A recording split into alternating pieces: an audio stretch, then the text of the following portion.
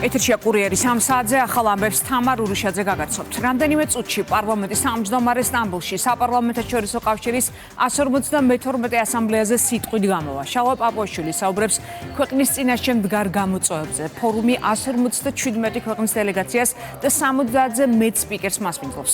გრძელდება ორმხრივი შეხვედრებიც.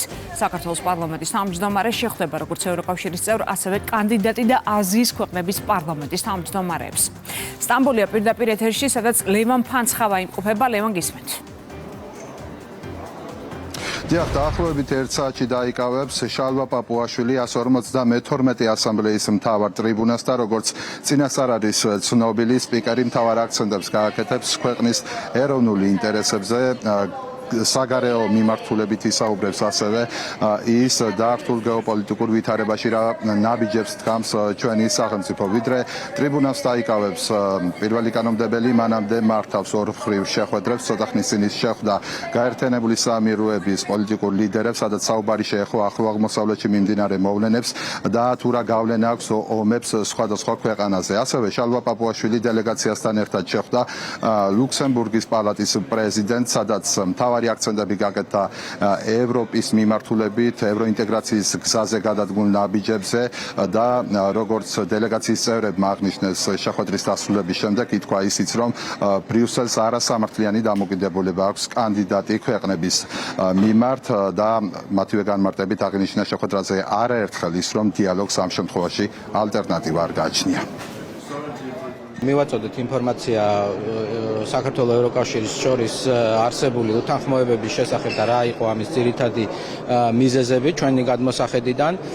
მათ შორის უამბეთ მას საგარეო ჩარევაზე, რომელიც ჩვენი ქვეყნის არჩევნებში განხორციელდა რიგი ევროპელი პოლიტიკოსების მხრიდან. დავაფიქსირეთ, რომ ჩვენ მზად ვართ საუბრისთვის, მზად ვართ დიალოგისთვის. შევთანხმდით ასევე იმაზე, რომ დიალოგს არ აქვს ალტერნატივა და ლუქსემბურგის სპიკერმა გითხრა, რომ ნამდვილად თუ რაიმე კრიტიკული კითხვები და თუ რაიმე კრიტიკული მოსაზრებები აქვს ევროკავშირს, ეს დიალოგის ფორმატში უნდა იქნას განხილული. არაბთა გაერთიანებული საამიროების პარლამენტის თავმჯდომარესთან ძირითადად ვისაუბრეთ იმ პრობლემებზე, რომელიც ამ ქვეყანას შეექმნა ომის დაწყების შემდეგ, მათ შორის არაბულ ინვესტიციაზე.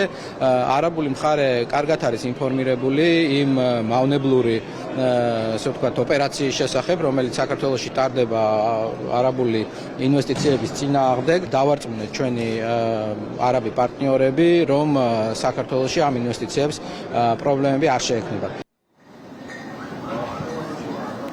152 ასამბლეის მთავარი გზავნილია მშვიდობა და სამართლიანობა. ამ თემებთან ერთად შალვა პაპუაშვილი, როგორც გითხარით, ტრიბუნიდან მთავარ აქცენტს გააკეთებს ქვეყნის ეროვნული ინტერესებზე, გარე ჩარევებიდან მომდინარე საფრთხეებზე და რთულ გეოპოლიტიკურ ვითარებაში, ჩვენი ქვეყნის როლზე და ჩვენი ქვეყნის პოლიტიკურ ნაბიჯებზე. სტამბოლი არის, როგორც უკვე იცით, თურქეთის პოლიტიკური ცენტრი, უკვე მეორეთხი აქ ჩამოსულია სხვადასხვა ქვეყნიდან 3000-ზე მეტი დელეგატი, ასევე 150-ზე მეტი ქვეყნის, 77 ქვეყნის უпростоრად პირველი კანონმდებელი, რომლებიც გააკეთებენ საკუთარი ქვეყნების პოზიციას, გააჟღერებენ ისინი ასამბლეაზე და ასევე ამ დისკუსიებში მონაწილეობას იღებს სხვადასხვა ქვეყნიდან ჩამოსული 800-მდე კანონმდებელი.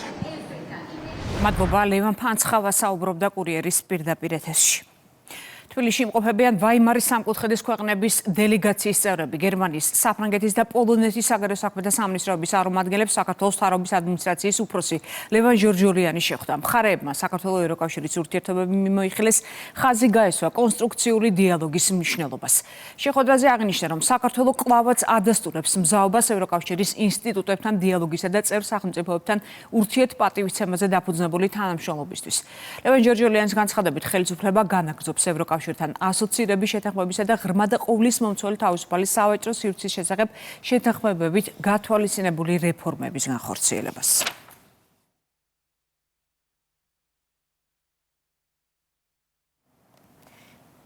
საქართველოს პრემიერ-მინისტრი ირაკლი კობახიძე გაეროსთან აკრედიტებულ სხვადასხვა ქვეყნის მუდმივ წარმომადგენლებს შეხვდა.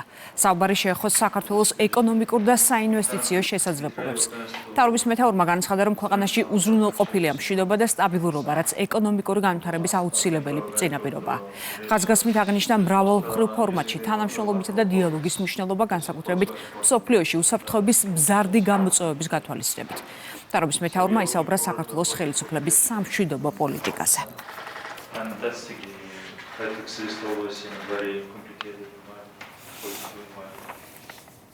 ქრონიკის ინფორმაციით ოპოზიციას რევოლუციურ სცენარს ამჯერად პრაღის სამოქალაქო საზოგადოების ცენტრის ერთ-ერთი ლიდერი იგორ ბლაჟევიჩი უწევს.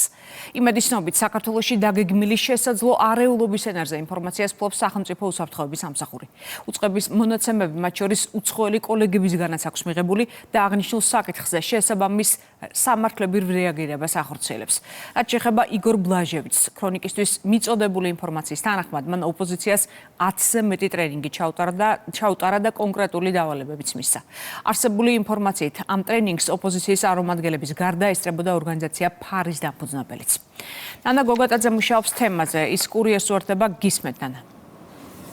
ქრონიკის ინფორმაციით ოპოზიცია ახალ რევოლუციურ სცენართან დაკავშირებით მუშაობს და ამ რევოლუციური სცენარის დაწერაში მათ უცხოელი აქტორი ეხმარებათ. ეს ადამიანი გახლავთ პრაღის სამოქალაქო საზოგადოების ცენტრის წევრი იგორ ბლაჟევიჩი. იმედის ინფორმაციით სახელმწიფო უსაფრთხოების სამსახურს უკვე აქვს დეტალური ინფორმაცია შესაძლო არეულობასა თუ სამზადის პროცესთან დაკავშირებით და ეს ინფორმაცია უწყებას უცხოელმა კოლეგებმა მიაწოდეს. რაც შეეხება თავად იგორ ბლაჟევიჩს, განვრცელებული ინფორმაციით მას წარსულშიც არაერთხელ გაუმართავს შეხვედრა თუ ჩაუტარებია ტრენინგები ოპოზიციასთან, საპროტესტო აქციებთან თუ წინააღმდეგობასთან დაკავშირებით და ამ გზას ბლაჟევიჩი, როგორც ჩანს, ახლაც აგრძელებს, ვინაიდან გავრცელებული ცნობებით მან ბოლო შეხვედრა ოპოზიციასთან რამდენიმე დღის წინ გამართა და ამ შეხვედრას იმედის ინფორმაციით ორგანიზაცია ფარის დამფუძნებელი დავით გუნაშვილიც ესწრებოდა. ბუნებრივია, ჩვენ ვცადეთ მასთან დაკავშირება და ინფორმაციის გადამოწმება, თუმცა ჩვენს სატელეფონო ზარებს არ უპასუხა. რაც შეეხება თავად იგორ ბლაჟევიჩს, თუ გადავხედავთ მის სოციალურ ქსელს, ის არის საკმაოდ აქტიური, ავრცელებს არაერთ ფოტოს თუ Facebook სტატუსს საქართველოსთან დაკავშირებით, არის ოპოზიციის გულშემატკივარი და ხშირად აკრიტიკებს ხელისუფლებას მის მიერ გადადგმული ნაბიჯების გამო. ასევე იმედის ინფორმაციით მას არაერთ ღონისძიებაში მიუღია მონაწილეობა, მათ შორის თინა ხიდაშელთან და გიან ოდიასთან ერთად. ბუნებრივია, ამ ადამიანებთანაც ვცადეთ ჩვენ დაკავშირება, თუმცა ისინი ჩვენ სატელეფონო ზარებს არ პასუხობს. თავად ოპოზიციის ნაწილი, ყოველ შემთხვევაში ისინი ვისთან გასაუბრებაც ჩვენ შევძელეთ, ირაკლი ფავლენიშვილი ამბობს, რომ ამ ადამიანს საერთოდ არ იცნობს, მართველი გუნდის წარმომადგენლებისთვის კი ეს სცენარი და ოპოზიციის გეგმები ახალი არ არის. რუსი ეს ადამიანი ვინ არის? აი საერთოდ არის პირველად მესმის თქვენ. გარკვეულ პერიოდულობით ყოველთვის იყვნენ ის ადამიანები, რომლებიც ატრენინგებდნენ გარკვეულ ჯგუფებს და ჩვენ ნახეთ ეს დატრენინგებულმა ჯგუფებმა როგორი არეულობები მოაწყვეს სწორედ პარლამენტის წინ და შევახსენებ საზოგადოებას, რომ ეს არასამთავრობო ორგანიზაცია, რომელსაც ეს ადამიანი წარმოადგენს, 2025 წელს ტრამპის ბრძანებით ამ არასამთავრობო ორგანიზაციას ძალიან შეუზღუდეს დაფინანსება, რომელიც მას მიჰქონდა ამერიკის შეერთებული შტატებიდან და არ გამოურიცხავა, რომ საერთოდაც შეუჩერეს. ასე რომ ესეთი ადამიანები ახლა უკვე შეიძლება ითქვას, რომ თავშესაფარს ეძებენ ისეთ ოპოზიციურ ძალებში, რომელსაც დღევანდელ დღეს წარმოადგენენ ჩვენთან, ჩვენი ოპოზიციური ამ შემთხვევაში სპექტრი.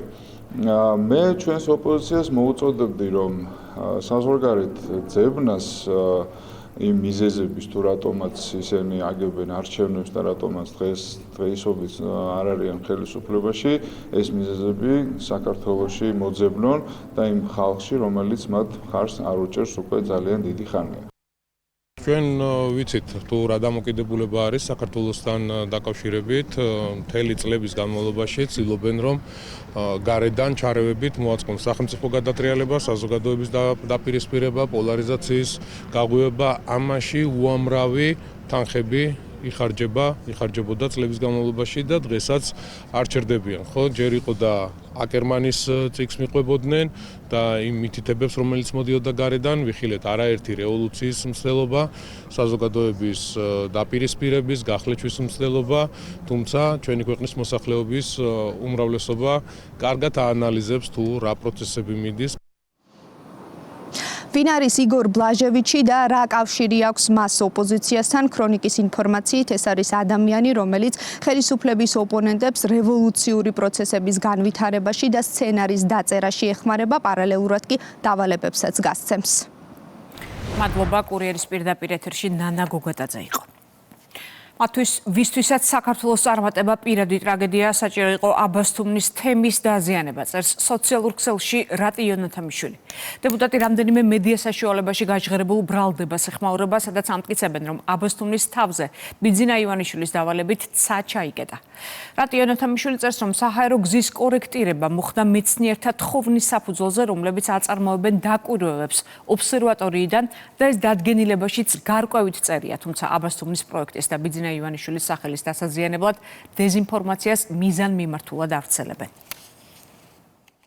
ბიძინა ივანიშვილმა გაპარტახებული აბასთუმნის გადარჩენა საკუთარ თავზე აიღო.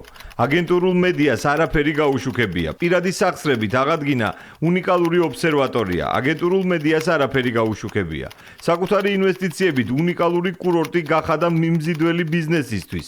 აგენტურულ მედიას არაფერი გაუშუქებია. დაიწყო ფილტვის ცენტრის სრული რეაბილიტაცია და მისთვის უნიკალური სამედიცინო ფუნქციის დაბრუნება. აგენტურულ მედიას არაფერი გაუშუქებია. საქართველოს მთავრობამ სრულად გაარემონტა კურორტის შიდა გზები. აგენტურულ მედიას არაფერი გაუშუქებია. დაიწყო ორი ახალი სასტუმროს მშენებლობა, რამაც კურორტს შეძინა ტურისტული დანიშნულება. აგენტურულ მედიას არაფერი გაუშუქებია. მოკლედ რომ თქვა, გაჩანაგებული ტერიტორიისგან ბიძინა ივანიშვილმა საკუთარი სახსრებით ადგილი აქცია მსოფლიოში ერთ-ერთ ყველაზე მოთხოვნად უნიკალურ ადგილად. აგენტურულ მედიას სიტყვაც კი არ დაცდენია ამ საშვილიშვილო საქმეზე. მათთვის ვისთვისაც საქართველოს წარმატება პირადი ტრაგედიაა, საჭირო იყო აბასთუმნის თემის დასვრა, დაზიანება. ამ ამბავში ბიძინა ივანიშვილის ნეგატიურ კონტექსტში ხსენება და რა მოიგონეს. აბასთუმნის თავზე ცა ჩაიკეტა და წყარომ გვითხრა, რომ ეს სწორედ ბიძინა ივანიშვილის დავალებით მოხდაო. არადა ამ დროს გარკვევით წერია, რომ საჰაერო გზის კორექტირება მოხდა მეცნიერთა თხოვნის საფუძველზე, რომლებიც აწარმოებენ დაკვირვებებს სწორედ ბიძინა ივანიშვილის მიერ აღდგენილი ობსერვატორიიდან. მედიასა და პოლიტიკაში ჩაბუდებულ აგენტურას კი ერთ რამეს ვეთყვი. თქვენაირი ამორალური ხალხისთვისაც კი უნდა არსებობდეს რაღაც ზღვარი, რის იქითაც ფსკერს აღარ უნდა ხრეტდეთ. საერთაშორისო სავალუტო ფონდის გრძელვადიანი პროგნოზით საქართველოს ეკონომიკური კეთილდღეობის ზრდის ტემპით მსოფლიო ლიდერებს შორისაა. ორგანიზაციის შეფასებით 2013 წლიდან 2031 წლამდე პერიოდში ერთსულ მოსახლეზე რეალური ეკონომიკის პროგრესით ქვეყანა მსოფლიოს საუკეთესო სამეულში, ევრაზიის მასშტაბით კი პირველ ადგილზე მკვიდრდება. მომდევნო 3 წელში საქართველოს ეკონომიკა 25%-ზე მეტით გაიზრდება, რაც გაიანას შემდეგ მსოფლიოში საუკეთესო მაჩვენებელია. ფონდის პროგნოზით 2031 წლისთვის ერთსულ მოსახლეზე მწყიდვალ უნარიანი ეკონომიკა $47,000 გადააჭარბებს. საქართველოს მიიღო ძალიან ძლიერი შედეგები, როგორც მოკლევადიან პერსპექტივაში, ისე გრძელვადიან ვითარებაში, მაგალითად, 3 წლიანი ეკონომიკური ზრდის ტემპით გულისხმობ ერთსულ მოსახლეზე რეალური და მწყიდვალ უნარიანი ეკონომიკის გაუმჯობესებას 2024-2026 წლებში საქართველოს მსოფლიოში გადის მეორე ადგილზე და ეს მნიშვნელოვანი მიღწევაა. აგრეთვე მნიშვნელოვანია, რომ თუ ფართო ისტორიული რაკურსით შევხედავთ საკითხს 2013-2021 წლის ეკონომიკური სისტემით ერთსულ მოსახლეზე რეალური და მწყიდვალ უნარიანი ეკონომიკის გაუმჯობესებით საქართველოს არის მსოფლიოს საუკეთესო სამეულში და ევრაზიაში არის პირველ ადგილზე.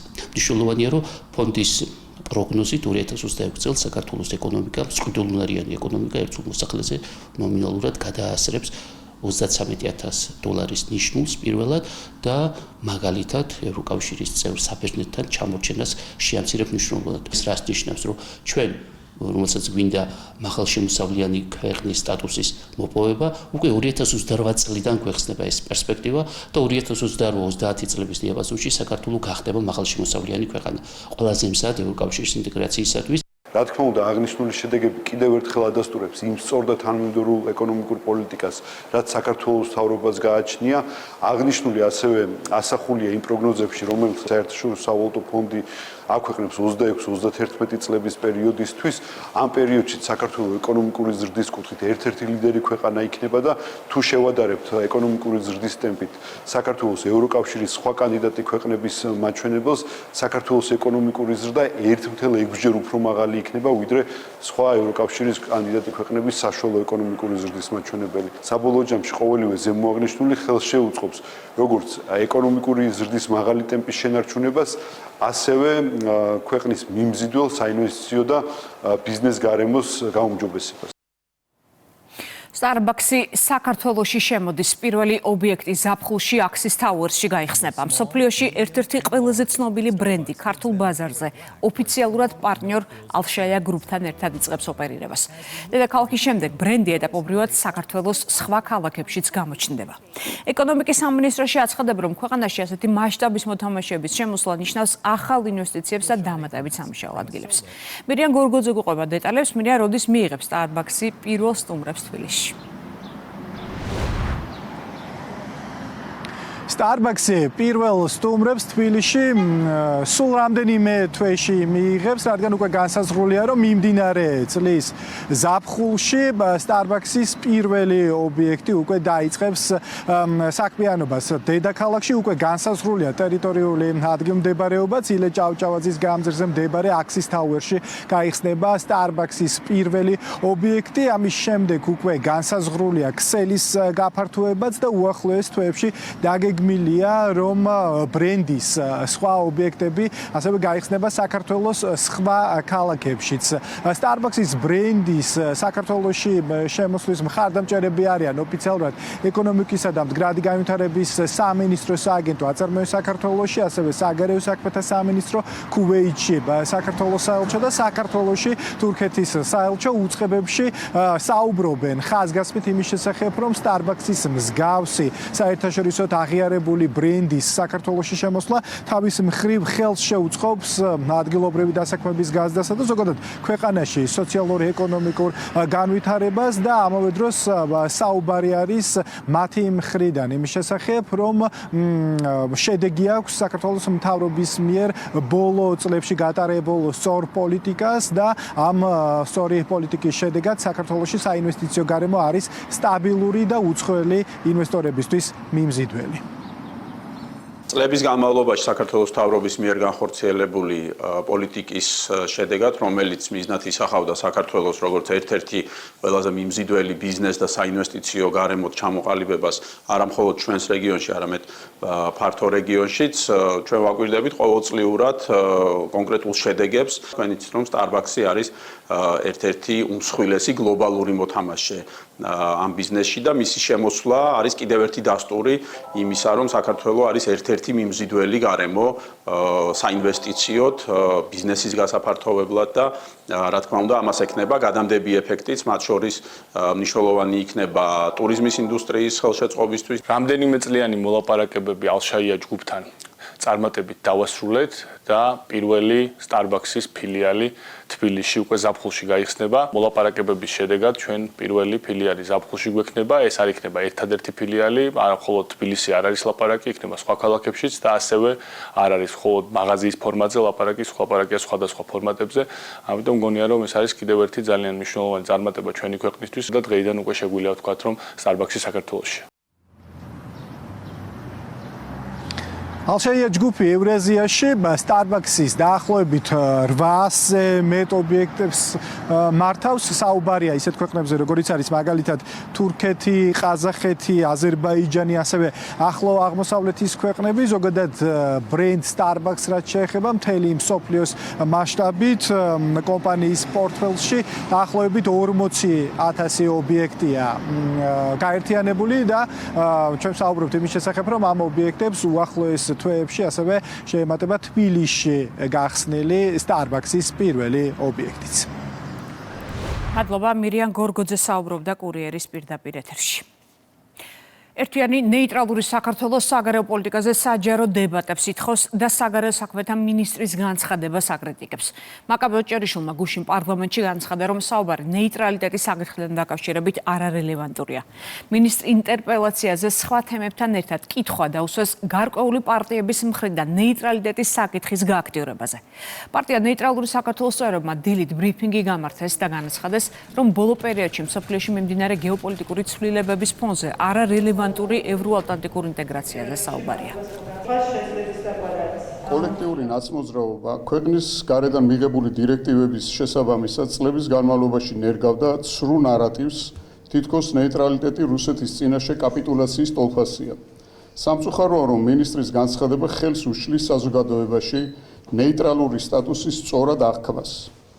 უკანასკნელ პერიოდში მსოფლიოში მიმდინარე გეოპოლიტიკური ცვლილებების ფონზე უკიდურესად არარელევანტური სწორად ევროატლანტიკურ ინტეგრაციაზე საუბარი და მთლიანად ილუზიებზე დაფუძნებული საგარეო პოლიტიკის უსასრულოდ გაგრძელება.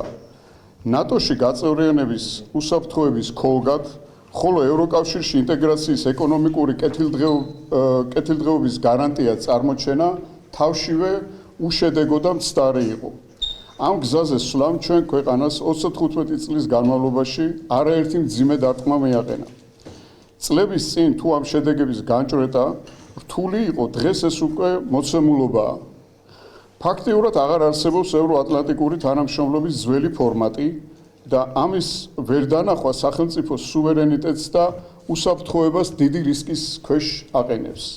როგორც ჩანს, ხელისუფლება არაპირებს თვალი გაუსწოროს ახალ რეალობას და მათი საგარეო პრიორიტეტები წარსულში რჩება. ამიტომ პარტია ერთიანი ნეიტრალური საქართველო კიდევ ერთხელ აყენებს საგარეო პოლიტიკაზე საჯარო დებატების გამართვის ინიციატივას ხელისუფლების წინაშე. ჩვენი ქვეყნის არჩევანი ეს დასავლური არჩევანია. ჩვენ კი არ უნდა გავხდეთ, არამედ უნდა დავბრუნდეთ ევროპულ ოჯახში. ხოლო რაც შეეხება რომელიმე კონკრეტულ კავშირში გაწევრებას, ეს გაცხადებული პოზიცია საქართველოს კონსტიტუციაში არის ასახული და საქართველოს ყველა ნაბიჯს დგავს იმისათვის, რომ ჩვენი ქვეყნის პოზიციები თანაბარ მნიშვნელოვნად იყოს დაცული ყველა ფორმატში. რაც შეეხება კონკრეტული პარტიის თავიანთ პოლიტიკურ მიზნებს, ეს არის მათი პოლიტიკური მიზნები. საქართველოში დემოკრატია და ყველა ადამიანს აქვს უფლება და შესაძლებლობა დააფიქსიროს თავისი აზრი, თუ ეს არის წინააღმდეგება, რა თქმა უნდა, ადამიანის უფლებებს. გრძელდება იუსტიციის მინისტრის ვიზიტი შეერთებულ შტატებში. ივნისში თბილისში დაგეგმილ საჯარო სერვისების ფორუმთან დაკავშირებით ნიუ-იორკში შეხვედრა გაიმართა. პატასალიამ გაეროში აკრედიტებული ელჩები და გაეროს საჯარო ადმინისტრირების ექსპერტთა კომიტეტის წევრები ფორუმზე მიიწვია და ღონისძიების შესახებ ინფორმაცია მიაწოდა. მინისტრის განცხადებით, ფორუმის მასპინძლობა არის აღიარება იმ რეფორმებისა, რომლებიც საქართველომ განახორციელა საჯარო სერვისების განვითარების კუთხით. ჩვენ დეტალურად გავაცანით აკრედიტებულ დიპლომატებს იმ ღონისძიების შესახებ, რომელიც გაიმართება თბილისში. საუბარი ქონდა იმაზე, რომ ეს არის შესანიშნავი შესაძლებლობა გავცვალოთ ჩვენი გამოცდილება საჯარო ადმინისტრირების რეფორმირების საკითხებზე, გაუზიაროთ ერთმანეთს როგორც არსებული გამოცდილება, ასევე სამომავლო ხედვები. ჩვენ მოვიწვიეთ დელეგატები მონაწილეობა მიიღონ ფორუმში. მოგეხსენებათ, რომ ამ ფორუმის პერიოდში საქართველოს მოექცევა საერთაშორისო თანამეგობრობის ყურადღების ცენტრში. ჩვენ გვეწევა დაახლოებით 500 დელეგატი მსოფლიოს სხვადასხვა ქვეყნიდან და ეს იქნება უნიკალური შესაძლებლობა ჩვენ გავუზიაროთ ერთმანეთს გამოცდილება საჯარო მმართველობის ტრანსფორმირების საკითხში. პირველ რიგში მსურს მადლობა გადაუხადო საქართველოს, რომელმაც პასუხისმგებლობა აიღო ფორუმის ორგანიზებაზე. ეს ძალიან მნიშვნელოვანია, რადგან საჯარო სექტორის რეფორმა ჩვენი ქვეყნის და საზოგადოების განვითარების ერთ-ერთი მთავარი მიმართულებაა.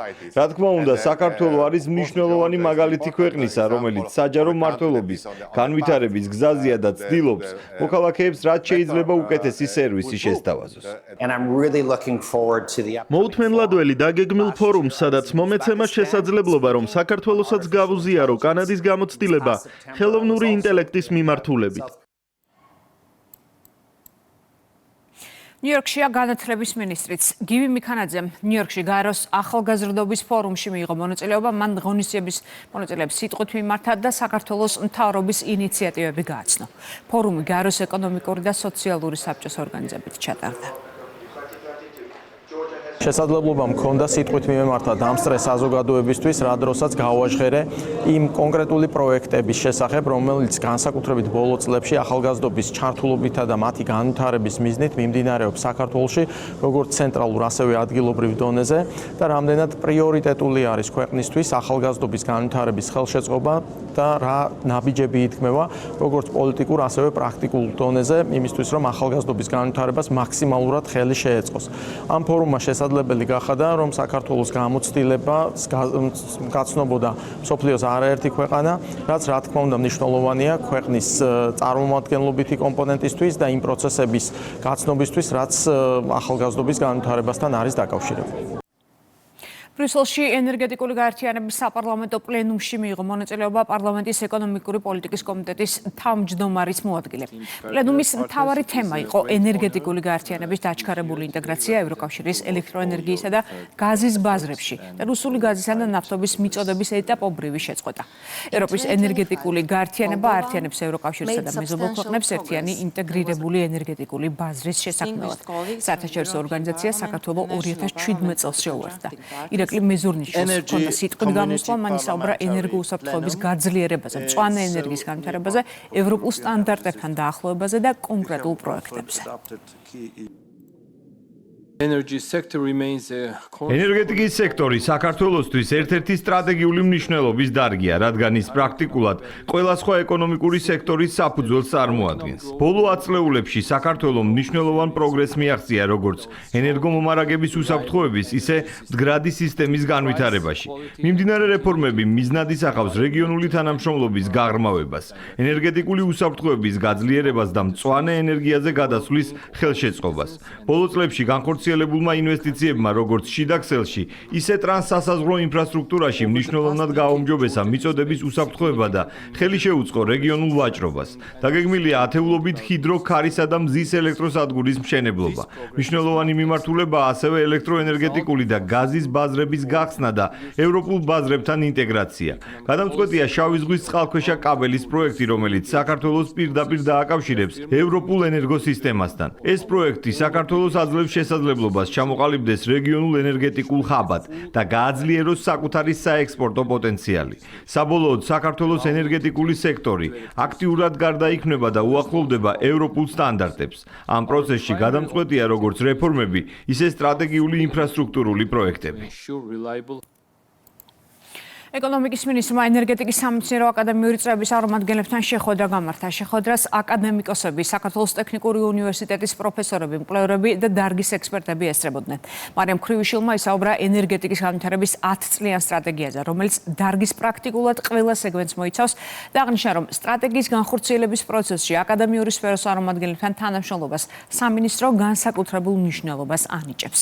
მინისტრის განმარტებით, სტრატეგია ასევე მოიცავს ენერგეტიკული ინფრასტრუქტურის განვითარებას, მათ შორის ქვესადუღრებისა და გადამცემი ხაზების მშენებლობასა და მოდერნიზაციას. შეხვედრა კითხვა-პასუხის რეჟიმში გაიმართა. საქართველოს ეკონომიკის სამინისტრომ შეადგინა განვითარების 10 წლიანი გეგმა, რომელიც მოიცავს თითქმის დარგის ყველა მიმდინარეობას.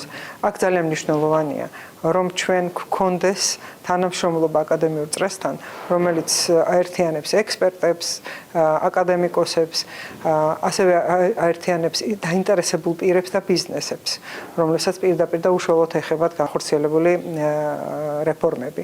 ამიტომ მსგავსი ტიპის ამ ფორმატში ჩატარებული შეხვედრები ძალიან სერიოზულად შეუწყობს ხელს დაგეგმარების შემდეგ ფაზაში ყველა საინტერესო და მნიშვნელოვანი, ასე ვთქვათ, წამოწყების და რეკომენდაციის გათვალისწინება. იმდენი ახალი მიმართულება გაჟღერდა ჩემი კოლეგებისგან, რომელიც ჩემთვისაც უცნობი იყო. ასე რომ ძალიან მნიშვნელოვანი შეხვედრა იყო და ძალიან მნიშვნელოვანი საკითხები იქნა წამოჭრილი. დიალოგი და კომუნიკაცია ყოველთვის დადებით ჭრში განიხილება, იმიტომ რომ ბევრ შეკითხვას ეცემა პასუხი. აქედან გამომდინარე, მათ უყალიბდებათ შესაბამისად დამოუკიდებულება ამა თუ იმ ობიექტების მშენებლობის, განვითარების ტენდენციების. პროკურატურამ ორგანიზებული ჯგუფის მიერ დიდი ოდენობით თანხის თაღლითურად დაუფლების ფაქტზე ორ პირს ბრალდება წარუდგინა. უწყებისმობი დანაშაულებრივი ჯგუფის წევრები აპრილში დიდი ოდენობით თანხის მოტყუები დაუფლების მიზნით ტელეფონით უკავშირდებოდნენ მოქალაქეებს, ძირითადად საპენსიო ასაკის პირებს. ეცნობოდნენ მათ როგორც კომუნალური მომსახურების კომპანიის წარმომადგენლები და სხვადასხვა სახის საგადასახადო შეღავათს თავაზობდნენ. მოტყუებით დაუფლნენ დაზარალებულთა კუთვნილ ჯამში 125,000 ლარს. დანაშაული 10 წლამდე პატიმრობას ითვალისწინებს.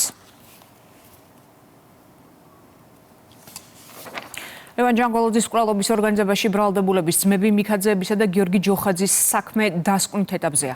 სხდომაზე დღეს პროკურატურამ დასკვნითი სიტყვა წარმოთქვა. გამოძიება მიქაძეებს, ასევე გიორგი ჯოხაძეს ლევან ჯანგოლოძის შეკვეთით მკვლელობის ორგანიზებას ედავება. საქმეზე უკვე მშორდებულია გელა უძილაური. მკვლელობის დამკვეთად კი დასახელებულია ოთარ რომანოვ-ფარცხალაძე. მტკიცებულებები, რაც შეიძლება კავშირში იყოს მიქაძეების მიერ ჩადენილი დანაშაულთან, საქმეში წარმოდგენილი არ აქვს. ველოდებით, თუ ეს იქნება სხვა სისხლის სამართლის საქმეზე წარმოთქმული დასკვნითი სიტყვა, ბუნებრივია ჩვენ დასკვნითი სიტყვაში ამაზე დაცვის მხარე გავაკეთებთ შესაბამის აქცენტებს. ბრალდების მხარე პრეზენტაციის მეშვეობით დაანახებს სასამართლოს, რომ დიახ, ბრალდებულებმა დავით და გიორგი მიქაძემ და გიორგი ჯოხაძემ ჩაიდინეს ის დანაშაულები, რასაც ბრალდების მხარე ედავება მათ. ყველა მტკიცებულებას მოიხილავს ბრალდების მხარე, აქ არ არის ცალკე აღებული რომელიმე მტკიცებულების ცალკე შეფასება, აქ არის მტკიცებულებათა კონტექსტი. პროკურატურის მოთხოვნა არის გამომტყუნებელი განაჩენი და კანონით გათვალისწინებული უმკაცრესი სასჯელი. დასკვნით ეტაპზეა ჯანშერ ბურჭულაძისა და მასთან ერთად დაკავებული პირების სასამართლოც. დღევანდელ სხდომაზე ადვოკატებმა საბოლოო სიტყვა თქვეს. პროკურატურა ყველა დაკავებულის მიმართ გამომტყუნებელი განაჩენის გამოტანას ითხოვს. სახელმწიფო ბრალდება ჯანშერ ბურჭულაძისთვის იმ ქონების ჩამორთმევას ითხოვს, რომელიც გამოძიების ინფორმაციით დანაშაულებრივი გზით არის მოპოვებული. პროკურორის თქმით, საუბარია 3 მილიონის ღირებულების ქონებაზე.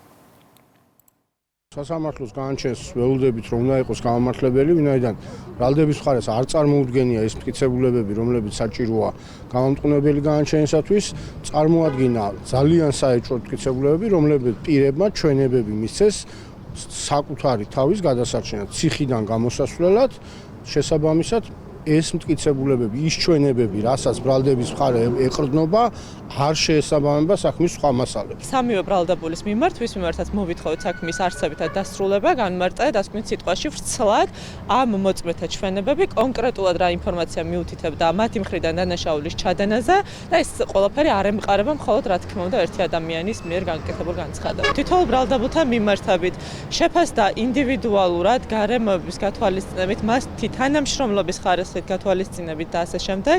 შესაბამისად ბრალდების მხარე მიიღო გადაწყვეტილება, რომ ამ ყველაფრის ასე ვთქვათ ხელოვნებაში მიღებით გაეფორმებინა საპროცესო შეთანხმება ვლადიმერ ღუდუშაურთან, სხვა პირების მიმართ, სამი პირის მიმართ მოითხოვა საქმის არსებითად დასრულება.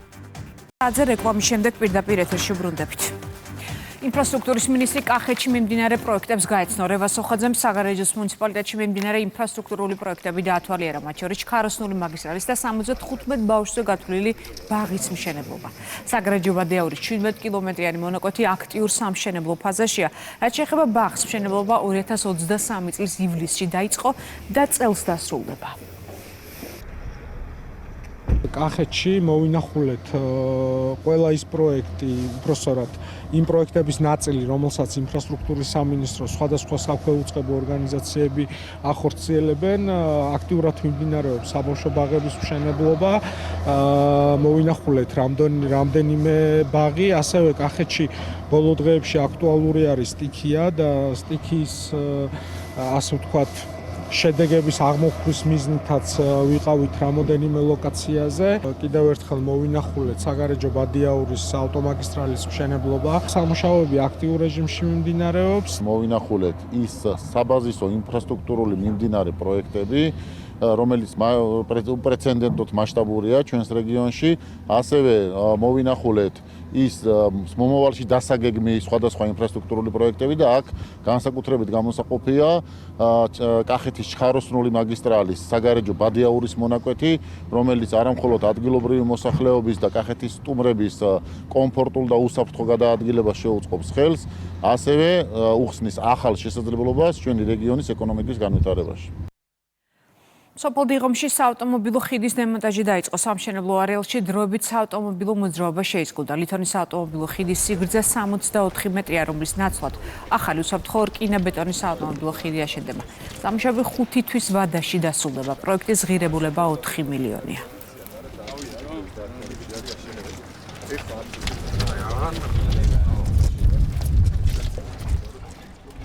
პირველი რაც კეთდება, ეს არის არსებული ხიდის დემონტაჟი და გაკეთდება ახალი პროექტი. ახალი პროექტით გათვალისწინებული ასევე საფეხმავლო ტროტუარები, რომელიც არ არსებობდა აღნიშნულ ხიდზე, მხოლოდ ავტომობილებისთვის იყო განკუთვნილი. აღნიშნული სამუშაოების წარმოება პირველ რიგში უსაფრთხოებიდან გამომდინარე იმ ავტომობილებისთვის, რომლებიც ყოველდღიურად იყენებდნენ აღნიშნულ გზის მონაკვეთს, საჭირო იყო და აუცილებელი იყო პროექტის განხორციელება. 5 თვეში მთლიანად დამთავრებული იქნება სამუშაოები. ამ ხიდის ადგილზე აშენდება ახალი თანამედროვე სტანდარტების ხიდი. არსებული ხიდი ამორტიზირებული იყო, რაც ექსპერტების მიერ არის დადასტურებული და რეკომენდაცია მოგვეცა, რომ ძველის ნაცვლად ახალი ხიდი აგვეშენებინა. ამიტომ შევისყიდეთ პროექტი, შარშან და უკვე დაწყებულია სამუშაოები. ამ წუთში მიმდინარეობს ხიდის დემონტაჟის სამუშაოები, რასაც მე შემდეგ მოყვება ახალი ხიდის მშენებლობა. ჯანდაცვის სამინისტროსა და UNICEF-ს შორის ხელი მოეწერა წყლის სამოქმედო გეგმას. მხარეებმა განიხილეს თანამშრომლობის საკითხები. მიზანია სახელმწიფო უწყობების მხარდაჭერა და ერთობლივი პროექტების განხორციელება, სოციალური და ჯანმრთელობის პროგრამების შემუშავების, სოციალური მომსახურებების ხელმისაწვდომობის, გაზრდის და ბავშვთა უფლებების ხელშეწყობის მიმართულებით. ეს გეგმა ცხადია, ერთი მხრივ ასახავს სამინისტროს პრიორიტეტულ მიმართულებებს ჯანმრთელობის და სოციალური დაცვის სფეროში, ხოლო მეორე მხრივ მიესადაგება იმ აქტივობებს, რომლებიც UNICEF-ის მხარეს არის დაგეგმილი. განსაკუთრებული აქცენტი კეთდება ბავშვებზე ორიენტირებულ დაფინანსებაზე სახელმწიფო პოლიტიკის დაგეგმვის და განხორციელებისას, ბავშვებზე მაქსიმალურად მორგებულ ჯანდაცვის და სოციალურ სერვისებზე, განსაკუთრებით ძნელად მისადგომ ადგილებში, დედათა და ბავშვთა მხარდაჭერის სერვისებზე სოციალური და ჯანდაცვის მიმართულებით, მშობელთა დასაქმების წახალისებაზე ფორმალურ დასაქმებაში, ძალადობის პრევენციის საკითხებზე, მუნიციპალიტეტის შესაძლებლობათა განვითარებაზე და ასევე ტექნიკურ დახმარებაზე. სამუშაო გეგმაზე ხელმოწერა ქმნის გეგმის შესრულებისა და ჩვენი აქტივობების განხორციელების საფუძველს, რათა ქვეყანაში ბავშვებისთვის დასახული ყველა მიზნისა და გეგმის მიღწევა უზრუნველყოთ. განსაკუთრებით მინდა აღვნიშნო ბავშვთა მიმართ ძალადობის წინააღმდეგ ბრძოლაში სამინისტროსთან წარმატებული თანამშრომლობა. ეს მიმართულია იმის უზრუნველსაყოფად, რომ თითოეული ბავშვი იყოს დაცული, მოხდეს ძალადობის პრევენცია. ტურიზმის ეროვნულმა ადმინისტრაციამ საერთაშორისო ბიზნეს სამიტს უმასპინძლა. ქართული კერძო სექტორის წარმომადგენლები პოტენციურ საერთაშორისო პარტნიორებს შეხვდნენ. ევროპის სხვადასხვა ქვეყნიდან საქართველოში 50-ზე მეტი მსხვილი შემსყიდველი ჩამოვიდა საერთაშორისო სამიტში. მონაწილეობა 40-მა ქართულმა კომპანიამ მიიღო. საქართველოში ჩვენ მასპინძლობთ ტურიზმის ფორუმს ტარიფა 2026, სადაც ბრიტანეთიდან და ევროპიდან 50 საერთაშორისო ეგრეთ წოდებული ბაიერი, მყიდველი, რომელიც ეძებს ბიზნეს პარტნიორს საქართველოში, ჩამოვიყვანეთ თბილისში. 2 დღის განმავლობაში ისინი გარდა იმისა, რომ შეხვდებიან და ბიზნეს ურთიერთობებს დაამყარებენ ქართულ პარტნიორებთან, რა თქმა უნდა, დაათვალიერებენ თბილისს, დაათვალიერებენ კახეთს. 19 და 26 აპრილს ბათუმი ძალოსნობის ევროპის ჩემპიონატს უმასპინძლებს. ჩემპიონატში მონაწილეობას 45 ქვეყნის 350 ძალოსანი მიიღებს. კონტინენტის პირველობის მოსამზადებელ სამუშაოებს საქართველოს სპორტის მინისტრი გაეცნო. მოსამზადებელი სამუშაოდან გამომდინარე ვთვლი, რომ ერთ-ერთი გამორჩეული ევროპის ჩემპიონატს უმასპინძლებს ჩვენი ქვეყანა. მინდა წარმატებული ასპარეზობა უსურვო საქართველოს ძალოსანთა ეროვნულ ნაკრებს. გამოდივარ პირველად დიდების ევროპის ჩემპიონატზე, მოუდინები, რა თქმა უნდა, მაქვს, არ ვიტყვი რომ მაქვს არარეალურად მაღალი, თუმცა არც დაბალი. რაც შეეხება საქართველოს ნაკრებს, გუნდი ტრადიციულად არის საუკეთესო ფორმაში და 100%-ით დარწმუნებული ვარ, რომ ძალიან ღირსეულად წარმოვაჩენთ ჩვენ ქვეყანას. მიმდინარეობს ზადების პროცესი, ჩვენ დაგეგმილი გვაქვს ახალი ინოვაციები, რომ შევიტანოთ ამ ევროპის ჩემპიონატზე, რაც ყველა ჩვენი თვალით ნახავთ, რომ ძალიან სასიამოვნო იქნება და ძალიან მისასალმებელი იქნება და დარწმუნებული ვართ ამაში ჩვენი ევროპელი მეგობრები მოგვიწონებენ. მე მინდა რომ ძალიან დიდი მადლობა უთხრა ჩვენ სპორტის სამინისტროს მთავრობას და რა თქმა უნდა ჩვენს ბატონ პრემიერს მაქსიმალური გვერდზე დგომისთვის. გუნდი ნამდვილად კარგად არის მომზადებული, თაობის როტაცია, ეს ბუნებრივი პროცესია ოლიმპიური თამაშების შემდეგ და ვფიქრობ, რომ ჩვენ ორი წონით კატეგორიაში გვექნება შანსები ვიბრძოლოთ მედლებისთვის. მე მაინც ვაშენებ მომავლის გუნდს, ეს მომავლის გუნდია უკვე ოლიმპიური თამაშების კარგი გამოსვლა და უფრო დიდი აქცენტი იქ არის გადატანილი. ეს იყო ბოლო ინფორმაცია, თქო კი დღის სხვა სიახლეებს გაიცანით ჩვენ ვებგვერდზე რუსთავი 2.lg ან დაასკანერეთ QR კოდი და შემოგვიერთდით Facebook-ს.